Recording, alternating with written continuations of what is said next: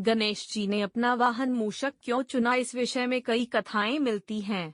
एक कथा के अनुसार गजमुखासुर नामक एक असुर से गजानन का युद्ध हुआ।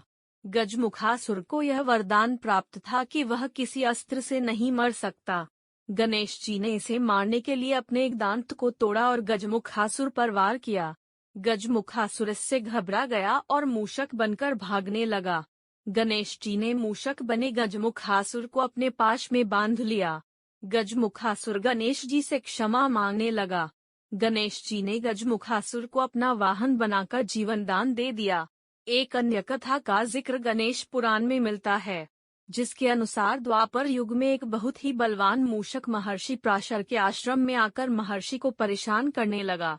उत्पाती मूषक ने महर्षि के आश्रम के मिट्टी के बर्तन तोड़ दिए, आश्रम में रखे अनाज को नष्ट कर दिया, ऋषियों के वस्त्र और ग्रंथों को कुतर डाला।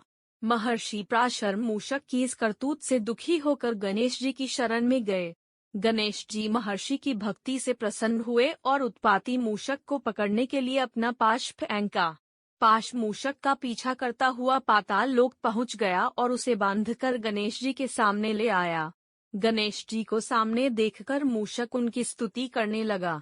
गणेश जी ने कहा, तुमने महर्षि पराशर को बहुत परेशान किया है, लेकिन अब तुम मेरी शरण में हो, इसलिए जो चाहो वरदान मांग लो। गणेश जी के ऐसे वचन सुनते ही मूषक का अभिमान जाग उठा। उसने कहा कि मुझे आपसे कुछ नहीं चाहिए, अगर आपको मुझसे कुछ चाहिए तो मांग लीजिए। गणेश जी मुस्कुराए और मूषक से कहा कि तुम मेरा वाहन बन जाओ। अपने अभिमान के कारण मूषक गणेश जी का वाहन बन गया, लेकिन जैसे ही गणेश जी मूषक पर चढ़े, गणेश जी के भार से वह दबने लगा। मूषक ने गणेश जी से कहा कि प्रभु, मैं आपके वजन से दबा जा रहा हूँ।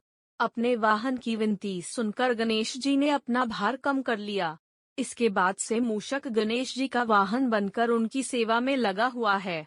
गणेश पुराण में यह भी वर्णन किया गया है कि हर युग में गणेश जी का वाहन बदलता रहता है।